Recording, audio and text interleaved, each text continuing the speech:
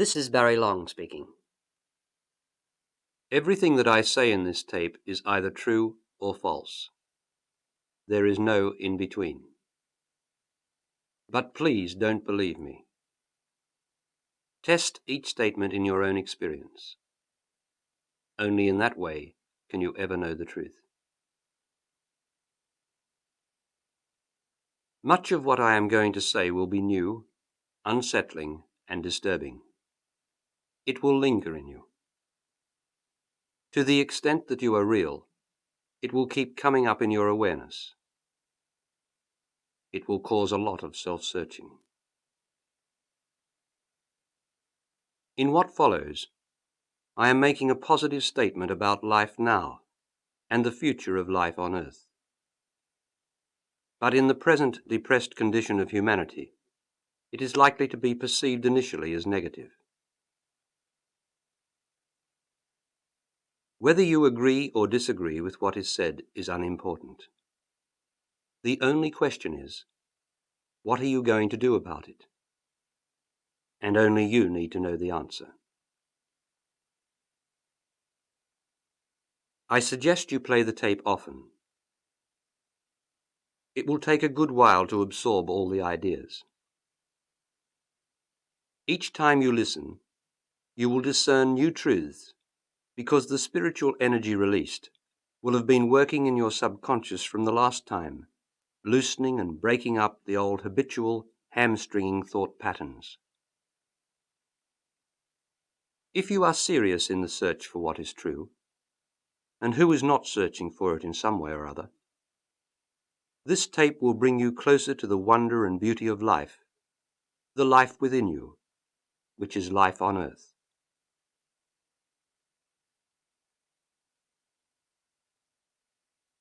We human beings have been praying since time began. Whatever we've been praying for doesn't seem to have done much good. Is the world as good as it is, or as bad as it is, because of our prayers? Either way is not much of a recommendation for prayer, is it? If our prayers ended the last global war 40 years ago, whose prayers started it? And as we prayed for peace then, did we realize that our prayers would help to build the bomb and end the war in a flash by killing and maiming 300,000 people? Now we are praying for world peace again. I wonder what new calamities we're about to bring down upon the earth. Do you understand prayer? Do you know the difference between the force of prayer and the power of prayer? I don't think so. If you did, the earth and its people would not be in such an awful mess and be poised on the edge of the ultimate in disaster. If you allow it, I am going to present to you a way of prayer, a new way to pray, a way to save the earth and its people of the future. Whether you consider yourself an atheist or materialist is irrelevant. Terms like those are a way of entertaining yourself and have no real meaning. You are a human being. That means you pray. Everyone prays. You are praying at this moment, only you don't realize it. It is that unawareness or ignorance that has brought humanity to the verge of annihilation. Prayer is the most effective, misused, and misunderstood force in the world. You are praying when you are ambitious or working towards an end, when you attempt anything or feel threatened. You pray every moment by hoping that your plans will work out, that what you are trying to do will succeed, that your next baby will be a boy or girl, that you won't get sick, that you'll be able to keep a date. And you pray every moment by expecting that what you own will be there when you want it, that your lover still loves you, that death won't trouble you today. You pray when you are being greedy, when you have your eye on the only plate of prawns on the table or the last drink. When you are impatient, angry, or desiring sex, you are praying very intensely.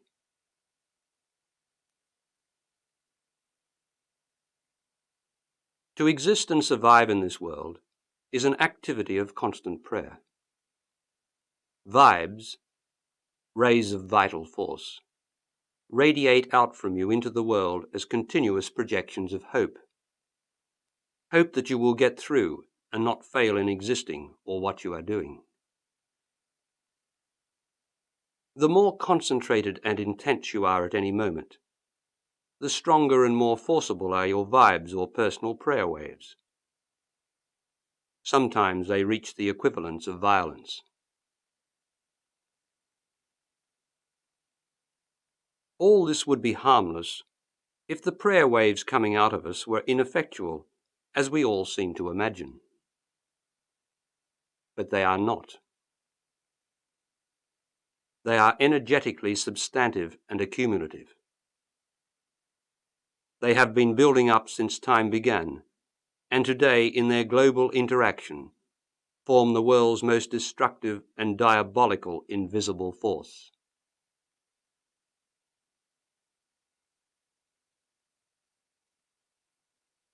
Since everyone seeks and prays continuously not to fail, and as prayer is the most effective force in the world, there should be no failure in the world.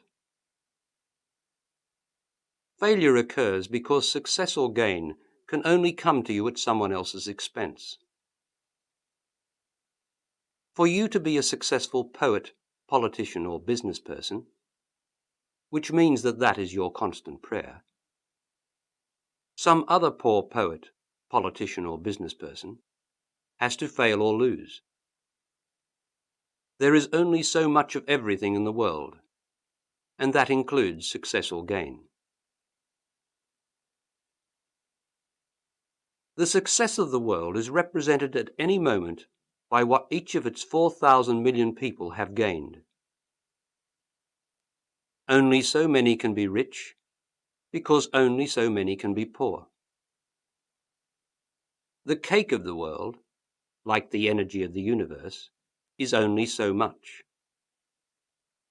There is ample to go round if everyone had only what they needed. But since so many have prayed for and grabbed more than they need, it is no longer possible for the original losers to get back their share. Somebody like us has already got it. The haves like you and me who can afford the luxury of praying or vibing to be successful poets, politicians, or business people, are merely playing or praying among ourselves with someone else's share or loss of cake, while they toil or pray for the mere success of not starving. That's why success seems so abstract to us. It's lost the reality of an empty belly. However, we in turn are the poor to the rich of the world.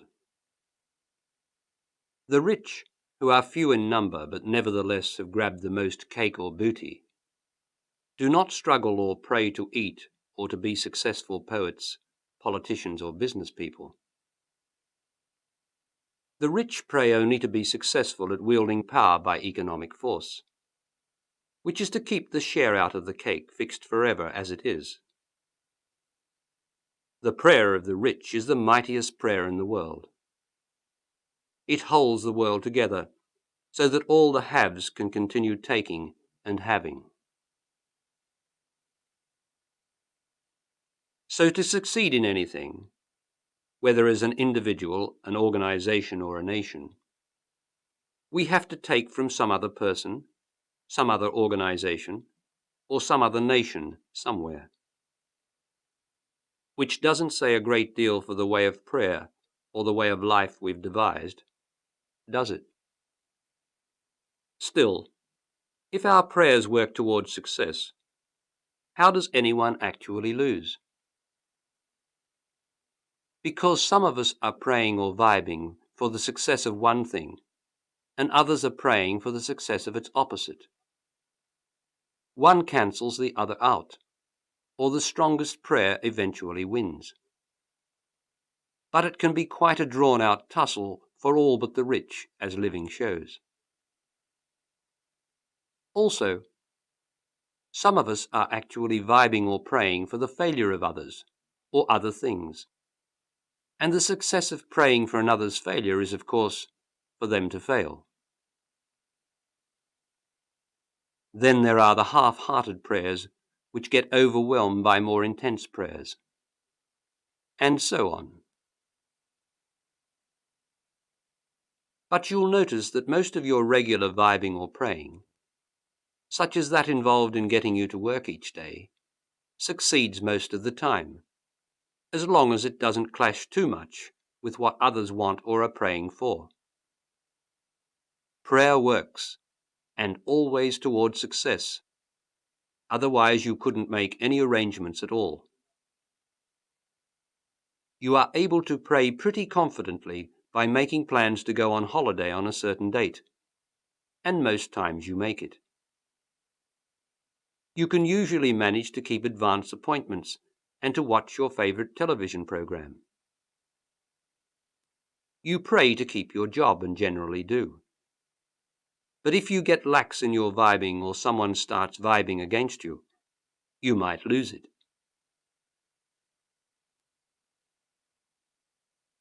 The whole world of circumstances is the meeting of these multiple billions of prayer waves or vital forces which humanity is giving out.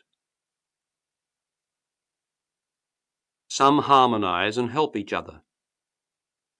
Some are inconsonant and oppose each other. And some attract each other but are inconsonant at the same time. So two cars collide, a company crashes, someone starves to death on the other side of the earth, or a pub full of people gets bombed.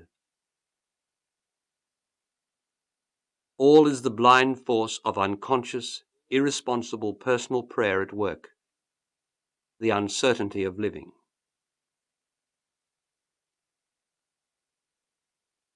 Now we come to the other kind of prayer, the deliberate prayers of all those children, not to mention adults, praying every night and day the world over for someone or other to be blessed or especially favored. Of you and I praying for a small miracle when we're in a tight spot. And of billions of others praying indiscriminately all around the earth to right the world's apparent ills. At this point I have to ask you a question, very seriously. Did you really think that all those innocent-sounding prayers could be projected continuously into the world by generation after generation without setting in motion some sort of law of cause and effect? Did you perhaps even venture to assume that if nothing else they were harmless? If such prayers are not effective, why does humanity pray and always has prayed? And if its prayers are effective, who said they're only effective of good? Have you ever thought about this? I ask you another very serious question. Do you really think you know what is wrong with the world? Sufficient to take it on yourself to pray to try to change it for what you think would be better? And do you trust the judgment of all those others, including the children, who also are praying because they think they know what's wrong or good?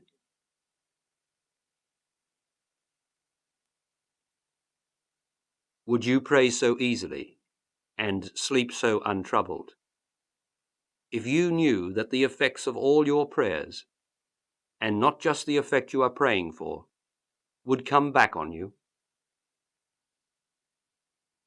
Are you prepared to be answerable in your own life for all the changes involved in making the change you pray for? Because that is precisely what happens. All the prayers of the human race, the personal vibing and the deliberate praying for something, knit up together. And remember, this has been going on since time began, with the prayers or vibe waves contending with each other to work themselves out as circumstances in the world, and continuing to do so ages after the generations who vibed them have been forgotten. The result is that a stupendous ferment of unexhausted prayers, a mighty field of force, has built up around the simplicity of the earth and its people. This is the world. And now the force of the world has reached flashpoint, disaster point, not for just one nation this time as it did in 1945, but for all nations. You don't have to believe me. Keep checking with the daily news media and listen to the growing public protests of the worried people of the earth. All I'm doing is telling you the cause. The combined effects of all humanity's prayers descend continuously on humanity. Those effects are the condition of the world at any moment, the circumstances in which you and I and the rest of the earth's people must endeavor to live our little lives.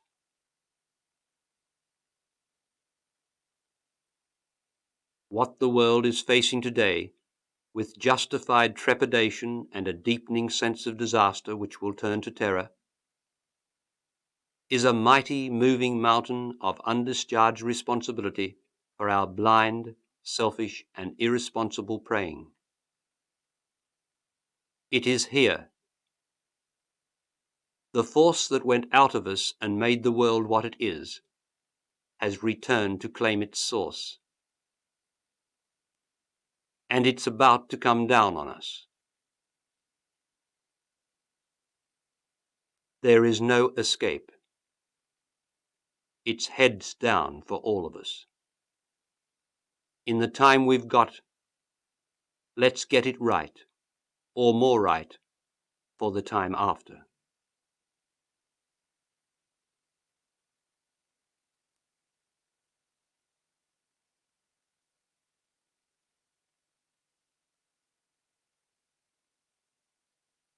What am I saying? I am saying that the world as we know it is finished. There is going to be an awful wipeout. Just about all the Earth's population will be destroyed. But not quite all. The race will survive.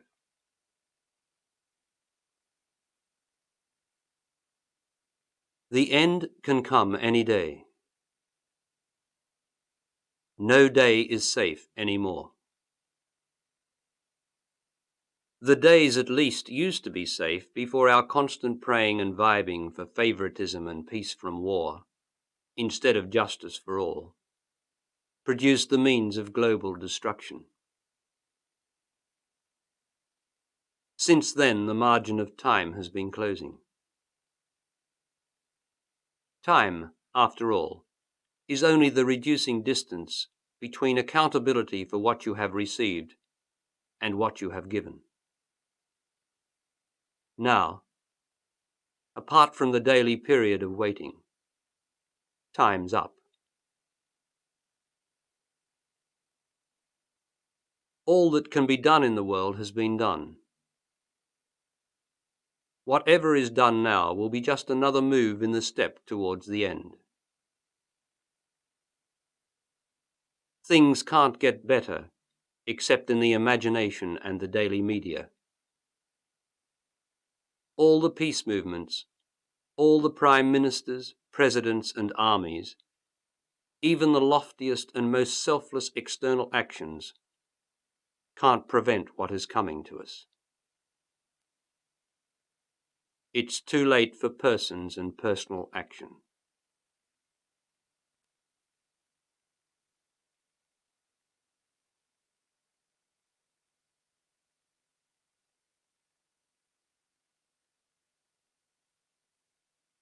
This way of prayer, which I am going to present to you if you allow it, is a way to help save the earth and its people of the future. At the same time, by helping you to understand prayer and the reality behind what is happening in the world, I am going to put you in touch with new powers within your being, powers deep in the subconscious that are now rising and ready to be released for good.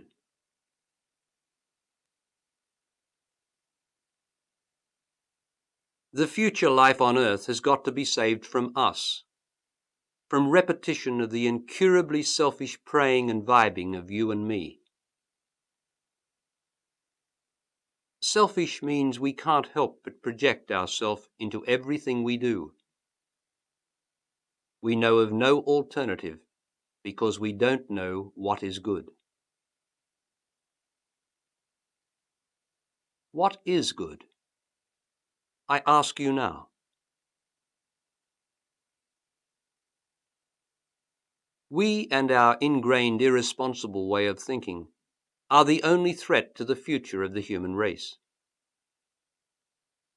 If it were left to us, the new life on Earth would be a carbon copy of living in the old world we love now. And the force would quickly build up again and destroy that world too. You and I have to start now, today, voluntarily eliminating our problematical self from within, before circumstances do it from outside. The immediate task is to free this planet and its people, as much as can be accomplished in the time we've got, from the cumulative effects of our misguided praying and vibing to date, and to make sure that our prayers today don't bring down on them misfortunes tomorrow. You and I have to reverse the work of the force of prayer with the power of prayer. We have to bring life back to Earth.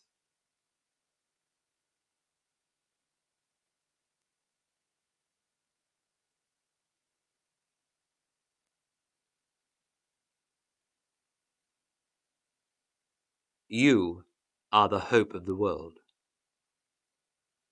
That's what it comes down to.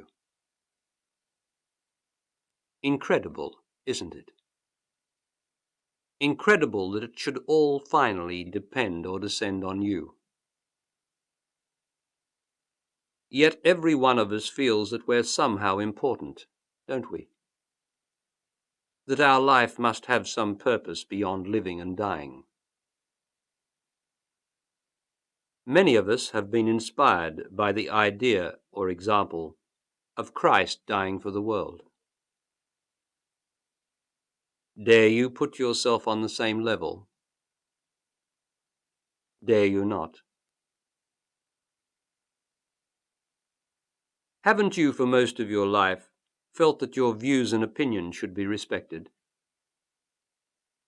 That you were entitled to have a say or a hand, no matter how small, in determining your destiny by voting and decision-making? Or that at least you should be consulted or considered? Well, you were right. The final responsibility is yours. It is your world, after all. Do you notice the impulse to run from this responsibility? Perhaps to argue that what I'm saying isn't true, to stop listening, to toss the tape away, to try to push the whole thing out of your mind, or perhaps to go merrily on your complacent way, imagining that it's okay, that someone or something will work it out and save the day? This is not a bad dream that you're going to wake up out of. It is reality. Please look at it.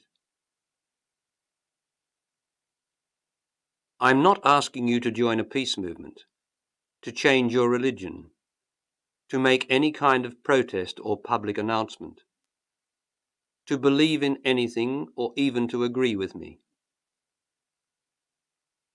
I'm just asking you to take responsibility for being a human being on this earth. You think you are already taking this responsibility? What you have been taking responsibility for is the person that you are. The person you are is different to the human being you are, which I am endeavoring to talk to. The person is what you and I project into the world and give a name to, like my person is called Barry Long. The person you are is what performs and reacts in the world. The person, every person who ever lived, is what has brought us to this awful point.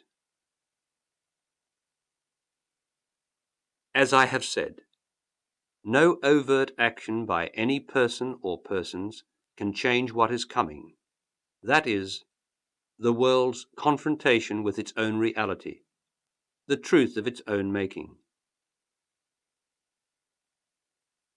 The only change that can be effective for good has to happen in you, the individual human being. In the time that is left, you have to change your person, transform it, metamorphose like the butterfly.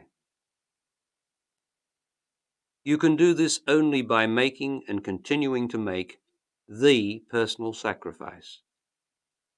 That is, to willingly surrender the person you are on behalf of the greater good, the human race. Only by your doing this, through right prayer, can the race make a fresh start on earth. Humanity of the future has to have new resources of spirit to draw on, which only you, the individual, can provide.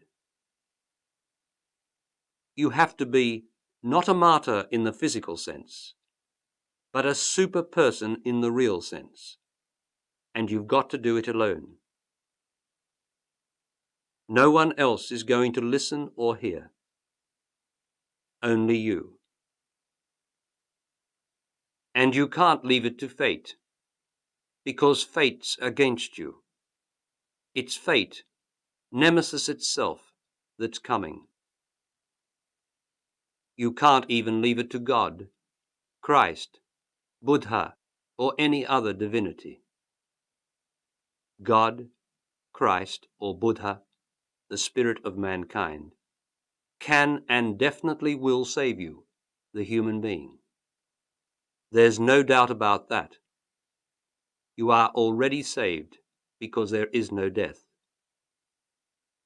But the spirit can't save the world of persons from its fate. What you, the person, pray for is what you get, and that is your fate. But in a world where every person is praying for something different, the result or fate is eventual disaster.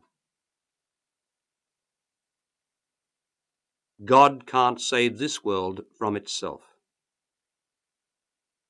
But you can give the new earth a new kind of person. Will you?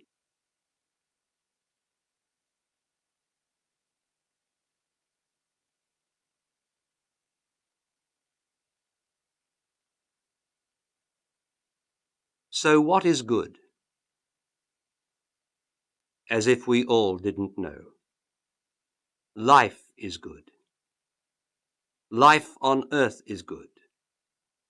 Or it was good until the human race, by praying and vibing selfishly, created another sort of life, living in the world. As the world spread over the earth, life as the good diminished, and living as the convenience got easier. Today, living is fairly easy with its scientific gadgetry and enlightened old cues. But life, the enriching inner, revivifying good, is that much harder to find. And any day now, as the world finally demonstrates its crowning achievement in gadgetry or living, there won't be much life around at all. The point is that life was good before the world began strangling it, and still is good as we all experience beneath the strangulation we all feel. To get back to life, down to life, all we have to do is rid ourselves of the world. But as that can't be done now without destroying the world, as the force or pressure of living is about to do, the only alternative in the meantime is to rid the world of ourselves. This means getting rid of the rubbish, shedding the worldly person, and revealing the human being underneath. By learning to pray rightly, this can be done. And then as we pray rightly, we will start to vibe rightly, and to come to life once more.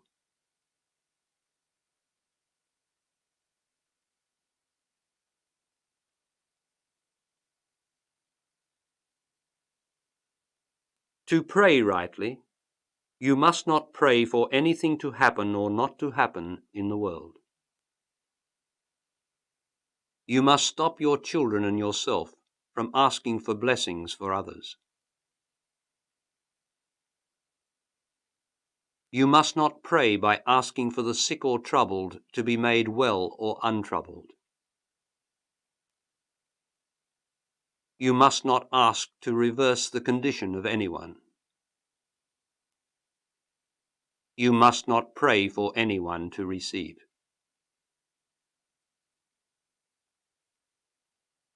What the afflicted in this world need is more power, more life and love. Praying for people releases force. If such a prayer should help a person, which it often does because all prayer works towards success, you will have taken from someone else somewhere in the world, whose condition then worsens. That might be yourself. For remember, your prayers come back on you. It is not uncommon for someone closest to a person who has been ill to become ill themselves after that person recovers or dies. Multiply this by 1 billion prayers a day, and you get the poverty, misery and suffering that never leaves this world. Praying as you have been doing is transferring misfortune from one place to another.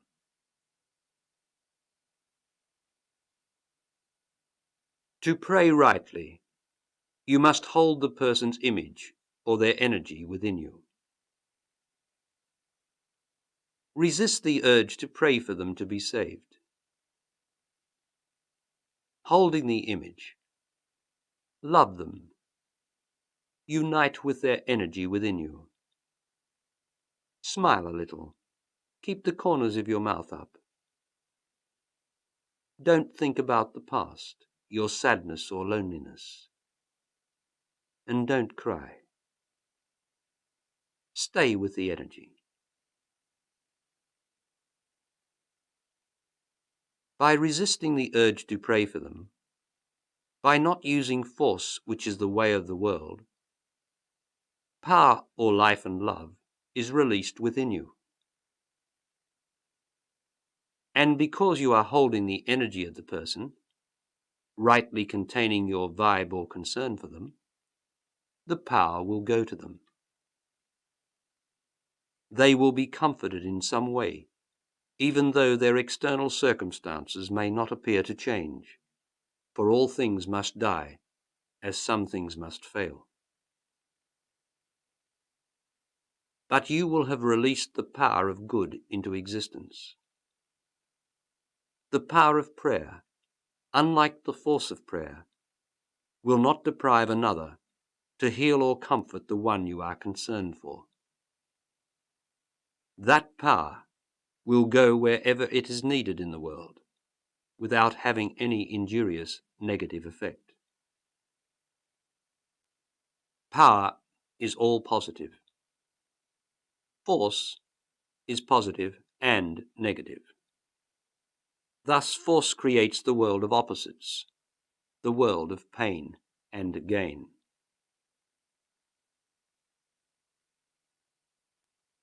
Remember, if you pray for a particular person in the old way, you leave someone else out. You upset the balance of life. You create the condition of injustice in living that requires someone to lose for another to gain. You make the world stronger and contribute to the unhappiness of life on earth. It must be everyone who is blessed, not someone whom you think should be. And don't try to pray for everyone.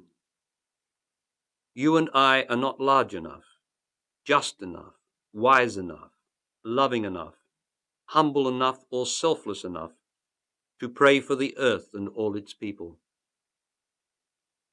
If you would take responsibility for such a prayer, you would have to be life itself, the power itself, and there would be no need for the prayer or the prayer. Do you see this? With our self-projecting, self-selecting prayers, we wrap the goodness of the earth and those who come and go on it in a short-sighted, unjust world. Nevertheless, you must pray. But pray as often as you can without an image in your mind. Pray for yourself. Pray to be one with life, one with the good, one with the earth, or God if you like, one with the source. Feel the life within you. Don't think about it. Feel it. You're alive, aren't you? So life must be there. Find it. Feel it. Be it. Give yourself to it. Sink into it. Don't give yourself to the world. Give yourself to the good, the life within you. Then you will find you are truly serving people in the world. You will know you are coming alive. The power will work in you and through you. Pray like this. I love. I love life. I love being alive. Because I love life, I love many things, or some things. But there are things I do not love, and do not even think of. As all things are in life, and that life is in me now, I pray that I may love life more, feel it more within me, and in this way reach all things that may need more life and love. I pray to be one with life and love. Teach your children to pray with their being, and not with their thoughts. Pray at all times. Pray in the bus or the train or while you are walking. Pray while you are making love. Allow the life, the wonder to swell in you. Smile a little. Don't be concentrated. Be open. Be loving. Be empty. Be giving. Pour out your being without thought or intention, as the bird pours out its being in song.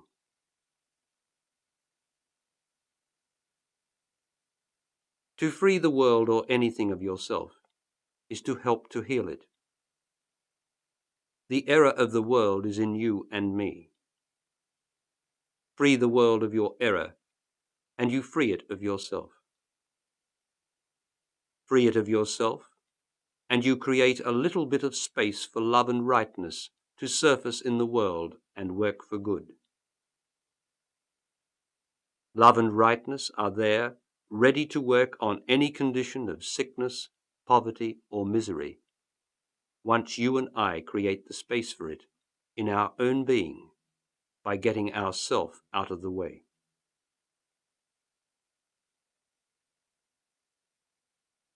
Pray for the starving and suffering of the world like this. I free you of my anger, my greed, my thoughtlessness and my thoughtfulness in wanting to change things for you, without giving my life to you or for you. I free you of my opinions about what caused your condition, of my interest in reading about and viewing your misery, seeing your emaciated bodies and hearing of your suffering, while my own belly was full. I free you of my ignorance in thinking that I was really sorry for you, or that I had helped you by sending money or food. For that money or food which I didn't need must have come from someone else. Yourself, perhaps, or from those who must starve tomorrow. How did I come to have so much when you have none? You had it once. You weren't always hungry. Who took it from you and gave it to me? All those prayers of the privileged and this privileged nation certainly worked against you, didn't they? Made us rich and you hungry. Your prayers must have been too simple, too natural. But now it looks as though we've been too smart and prayed ourselves into a far greater impoverishment than yours. Now I know that I must help to end the condition causing your poverty and hunger, and not just the appearance of it, by giving up myself, my selfish prayers, and this foolish, thoughtless, thinking person who thought that misery was natural on the earth.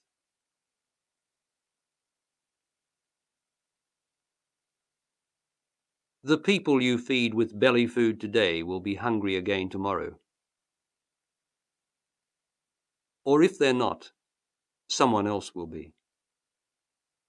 They are all people, suffering from the same disease, the same condition of the world, the lack of life and love in you and me.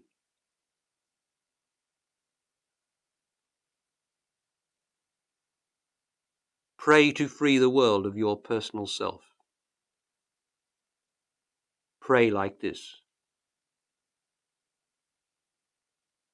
I free the world of my prayers. I pray for nothing in the world. I want nothing from the world except what I am given and what I earn. I have no quarrel with the world. I know it is cruel, violent, and difficult, and that in that it is at least honest, for I know where I stand and will not be surprised by what it does to me. I live in the world. I work and perform in the world, but I do not love the world. I love life and the earth, and in that I am immortal. I free the world from my concept of what is good and what should be changed. I free you, every one and everything, from any emotional demand I have put on you. I let the emotion in me go, knowing that love never leaves, that finally all persons and things depart, but never my love.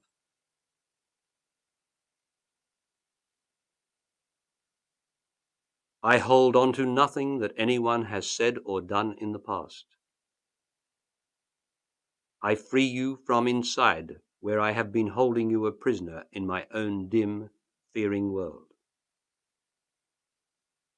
If you come back and try to make me hold on to you with my resentment, envy, or wanting, I pray that I might have the strength of life to let you go again with love. For the strength of life is its power not to hold, but to keep giving of itself. What have I got to give? Only what I would hold. The power is with you, if you give up the force. I know that many people will be dismayed by what I have said about the world being destroyed. That is unavoidable. But I want to help you to see and understand what is going on, for it is because you have not faced up, not understood the world and confused it with the earth, that you are now frightened or apprehensive. I didn't invent the peril. You don't get dismayed or frightened by fiction. It's the authenticity of the situation, presented without any fantasy of escape, that is dawning on you, penetrating you. As a spiritual teacher, it is my responsibility to reveal the truth to you. I have told you the truth of the world and what is going to happen in your lifetime. When you look closely at what I am saying, you will see it is not so different to what the more reflective people of the earth have been saying for some years now. If you don't desist, you're going to blow us all up. Well, we haven't desisted, and I'm telling you it's now too late for the if, the hope. We live on hope in this world. We have to live in it, and I have removed the hope.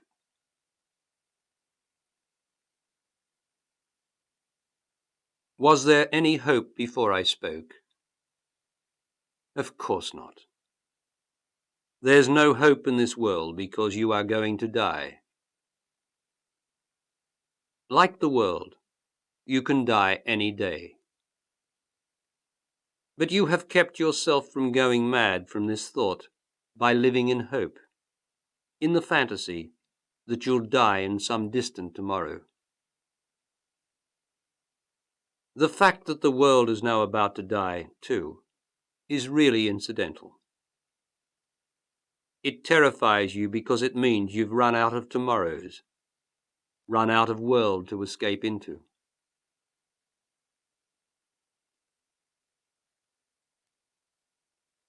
How can you go on in the world if it is going to end? You go on exactly as you are.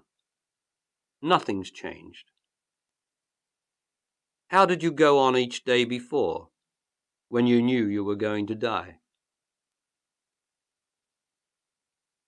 Only now you are wiser. Live the prayer.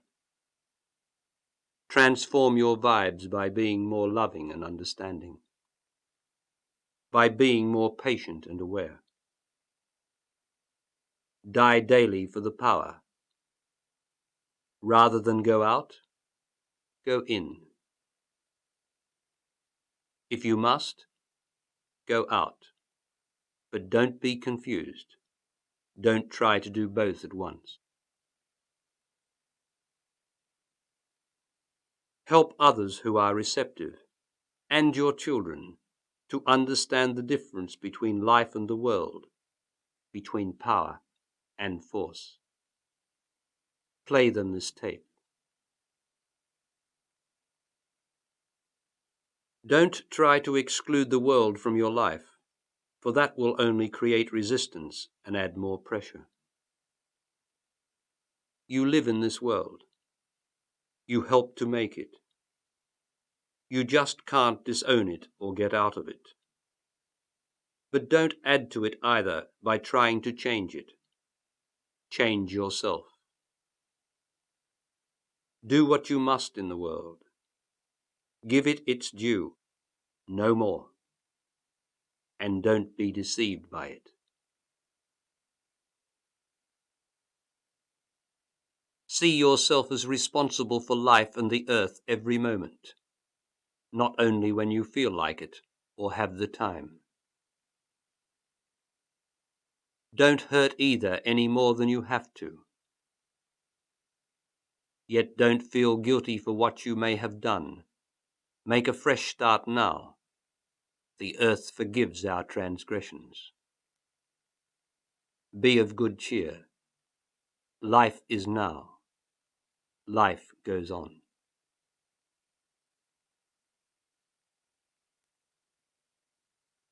If you still feel dismayed, please listen to what else I have to say. I am not going to give you hope, but I am going to give you more of the truth, which is the strength of life.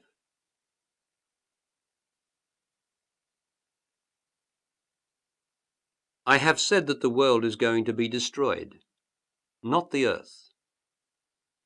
That is very important to remember, because it is the earth, not the world, that you love.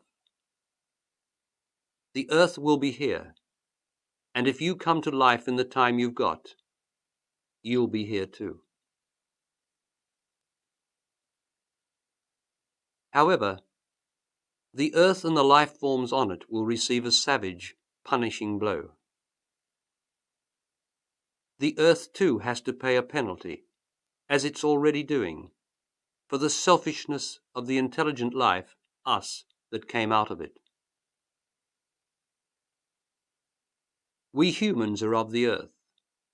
We are the life form of intelligence on earth. And out of us came the human intelligence that created the world.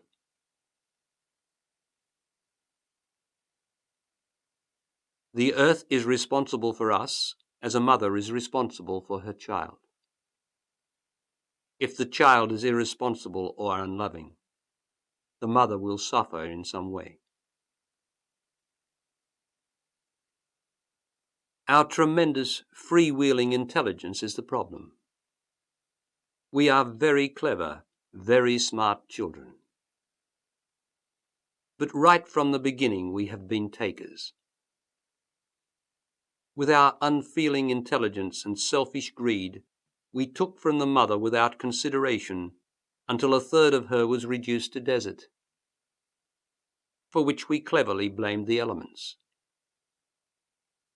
And at the same time, we took from each other until half of us were starving or impoverished, for which we again cleverly blamed everything but ourselves. Without let-up, the mother and the life on the earth continue to be denuded and deprived by our rapacious intelligence. At every level of existence, our intelligence demonstrates exploitation and greed under the excuse and euphemism of progress. Progress is essential, says intelligence. Is it? Or is it only essential when you're running from something?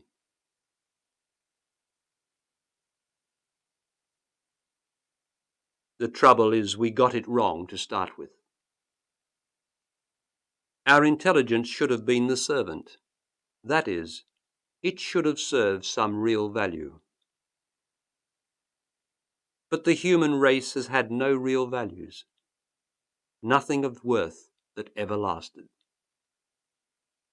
and with nothing to serve but its shifting self-interest, the smart servant became the clever master. Today we still serve nothing of value, only progress and convenience. What do you serve? Give your life to that is not of your own.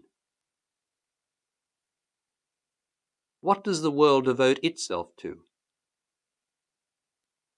We simply don't know what to do with our intelligence. We're stuck. We're going towards self-destruction and we can't stop. Can you believe it? You've got to believe it. Keep reading the newspapers. It's actually happening. All we can do is fight and oppose, be for or against, vote this way or that, and hope for a final compromise. That's all our intelligence knows. Will you try this different way? Put intelligence second. Will you give life itself a chance?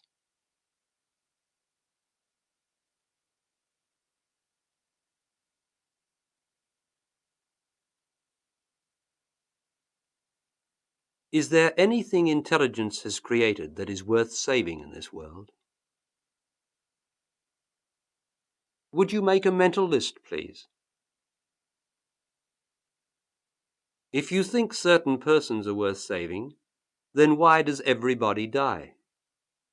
And many of them very young, too.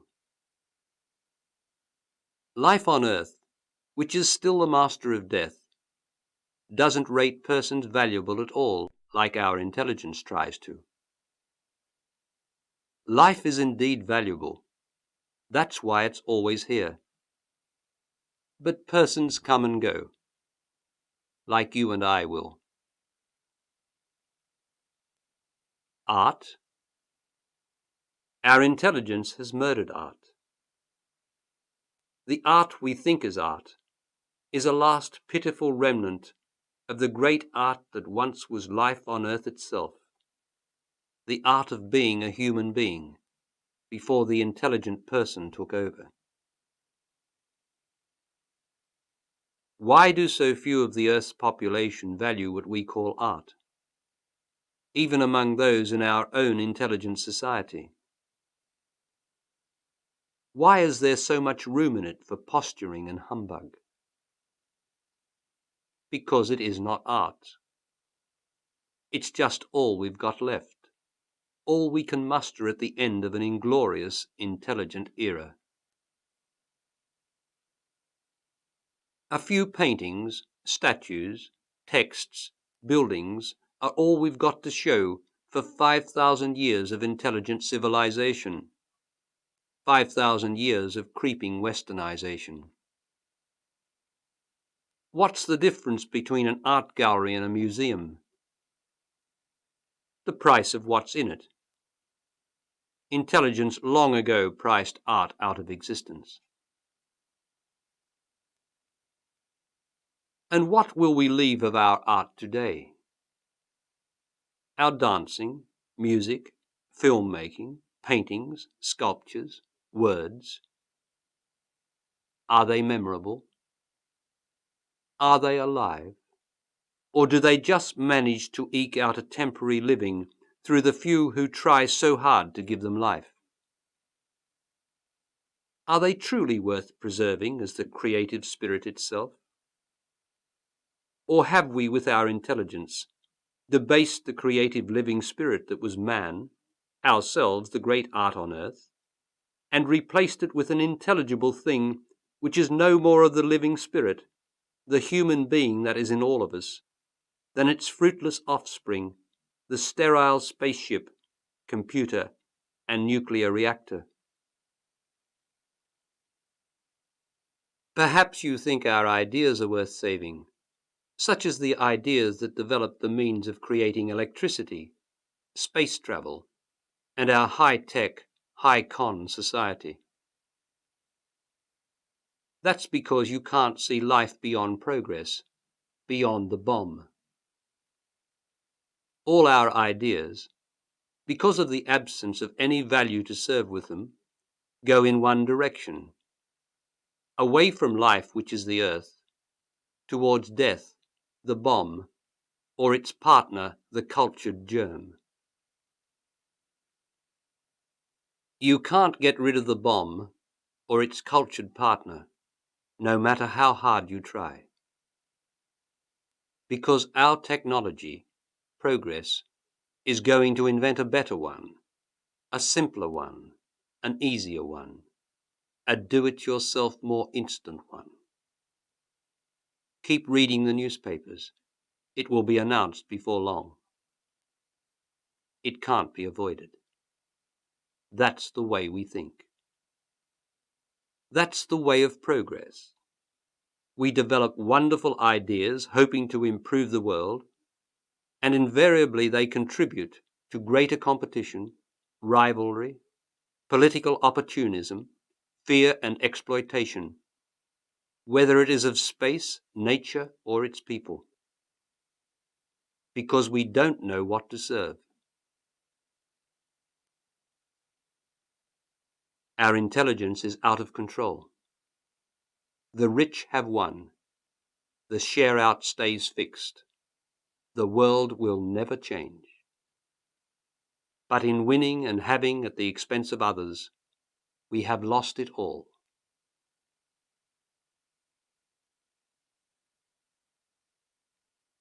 Man, as the conscious surviving part of future life on Earth, will retain his creative genius. But it will be controlled by the creative spirit within him. He will no longer have anything to do with progress. He will have discovered a real value to serve, the value of life. And his ideas will work for life, for good, not for death or gain.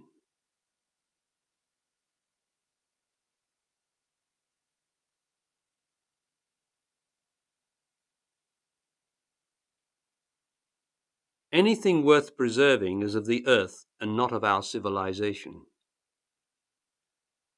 Our achievements are completely expendable, as were the achievements of all previous civilizations. The earth and life on it is the only thing of any consequence that has survived any of them. And as I have already said, the earth and life on it is all that will survive of this civilization. Your dismay and attempt to disbelieve what I am saying is because you happen to be at the end of this civilization. Life is the same at the end of every civilization. And of course it's almost impossible for you, as it was for all the others at the end of their civilizations, to imagine that your world is finished. Would you please look at this? See whether it's true. For I can only point out the truth. You have to perceive it for yourself.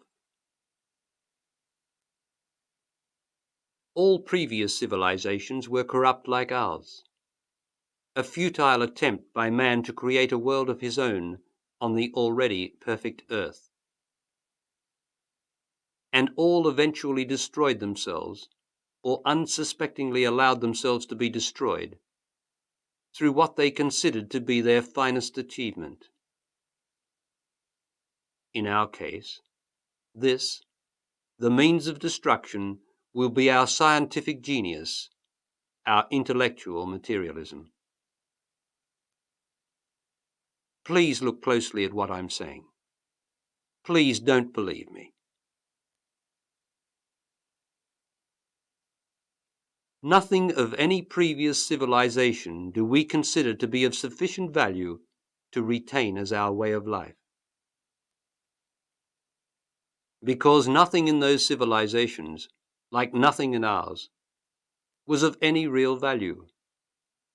Bits and pieces which we keep around are not a way of life. What is of real value, once you find it, you live. You don't shut it up in a museum or a book, and you don't study it. You just live it. You don't have to learn it. There are no scholars, professionals, or professors of life or love, which is the true value of life on earth.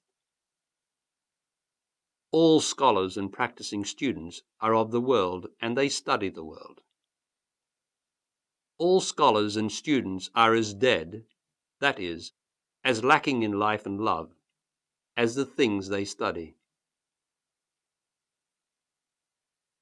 Life is not something that can be studied. You can't study life on earth. You are life on earth. You can only love it and be it. All you can study are life forms or formulas, and they are not life. In precisely the same way as the scholars and professionals, the world's workers and its wealthy players, who have lost touch with the powers within, are as dead as the world they toil in and play in.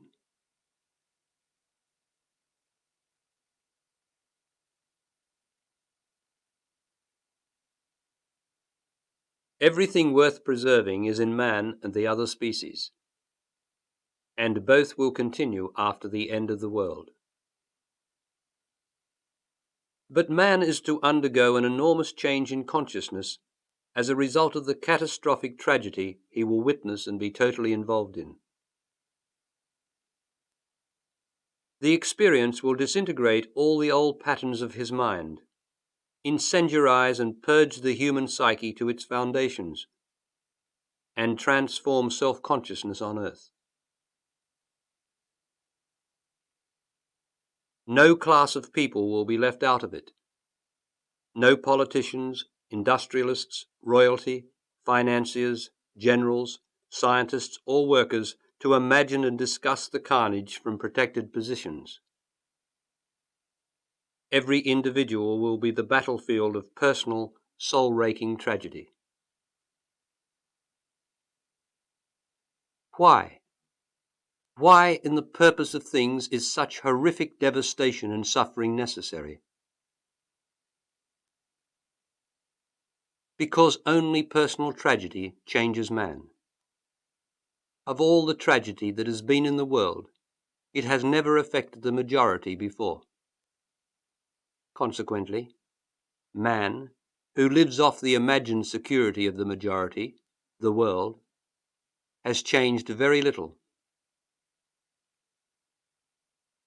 This time, however, engulfed in total tragedy of his own making, which leaves no escape, no room for discussion or fantasy, he will change. It will literally blow the world out of him.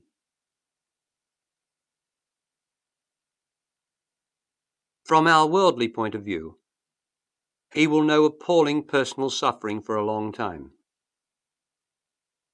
But he will not see it that way. He will not recover and embrace the world again as we do now when tragedy strikes here and there. He will never be that man again. He will be a creature of higher consciousness.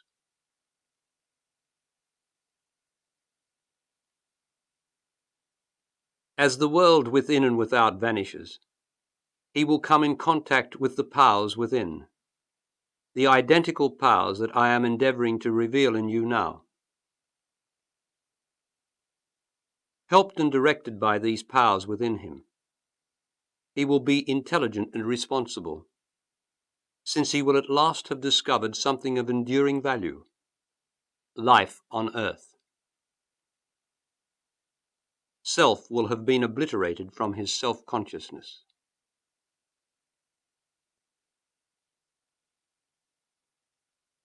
The powers guiding him from within will be intensely real and discernible, because they will no longer have to come through the deadening barrier of the world within him. The survivors will retain practically no memory of the past. They will not long for what has been. They will have an enlightened aversion for the past.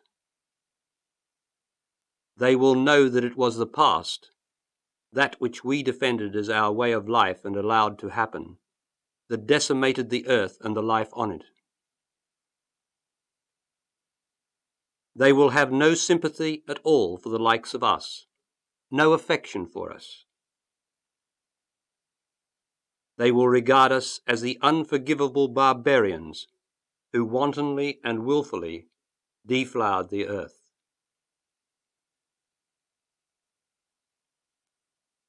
Any person like us who should appear among them will have the world summarily obliterated from them in a way similar to what was done to the earth and the survivors. All that is worth preserving will be present in the men and women who survive. They will not draw on the memory of the past for anything. And unlike us, they will have nothing to learn, nothing to study and distract them which would allow another world like ours to build up again. They will have learnt the only lesson to be learned from living which we never learned, that to lose contact with the power within by trying to create another world with human intelligence is inevitable disaster.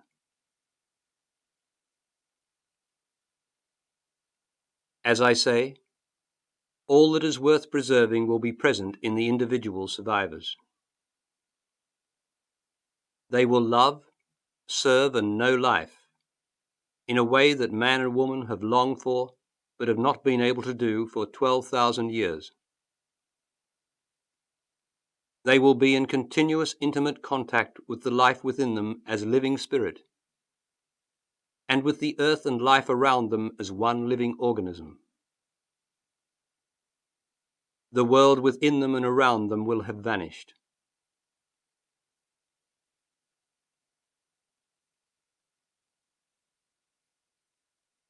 It is impossible for your mind to imagine what the new life on earth, without the world, is to be.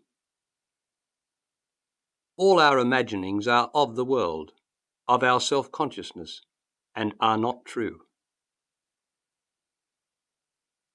But simply by listening to what I am saying, and not employing your worldly faculty of thinking back and reasoning, you will hear the truth and feel a subtle excitation in your being.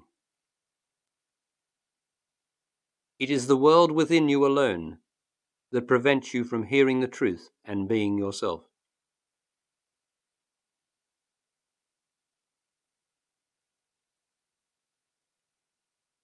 Do you know why everything in the world has to be learned? Why you have to study and practice to sing, paint, dance, write, make music, be a doctor, carpenter, teacher, or any other form of self-expression?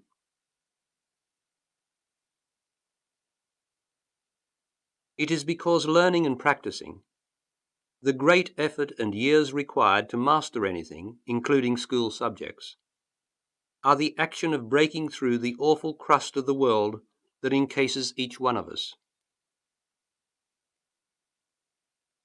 Learning and practicing, which are the act of surrendering great slices of our beautiful life on earth to the world, are the only means we have left of penetrating to our natural self underneath, which does everything so easily and naturally because it doesn't have to learn.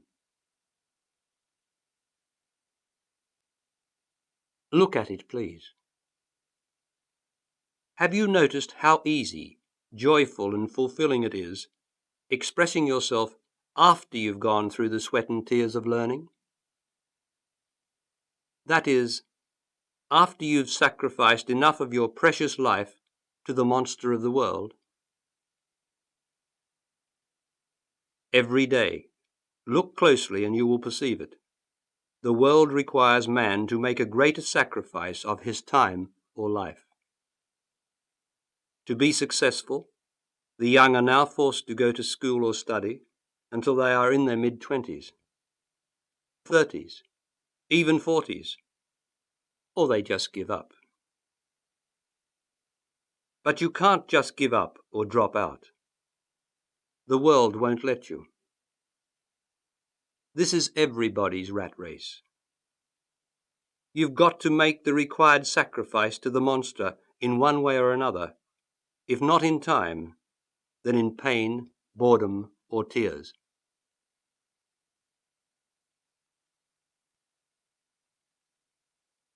Have you noticed how many children and teenagers don't know what occupation they want to follow?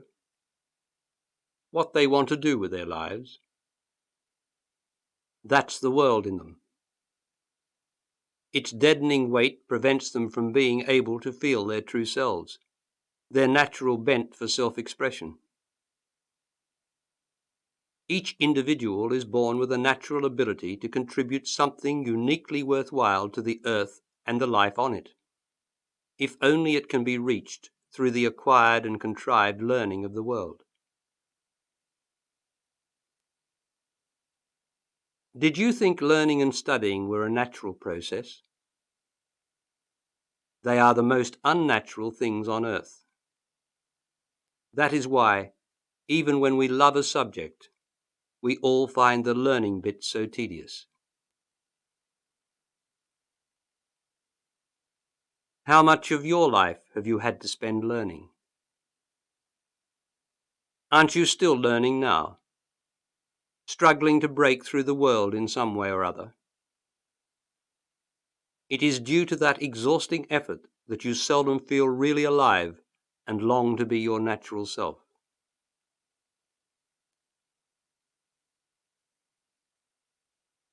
We don't get much time for enjoying life on earth anymore, because the world compels us to waste most of it learning.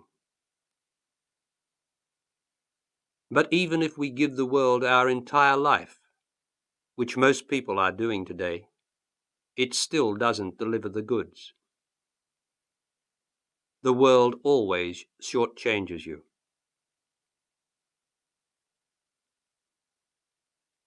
To learn to be a successful dancer, painter, actor, computer programmer, financier, or anything else means that after all those years of effort, you've only broken through to yourself in that one tiny area. The rest of your existence in this world remains as hard as anyone else's. Even the world's most successful and powerful people worry, feel cornered, misunderstood, and get depressed.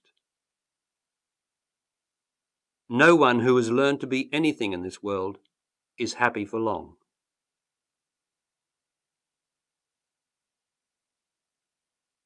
Learning is completely unnecessary, but only after the world has been removed from the person. While the world is there, and it is in everyone on earth, you have to go on learning and sacrificing your life for it.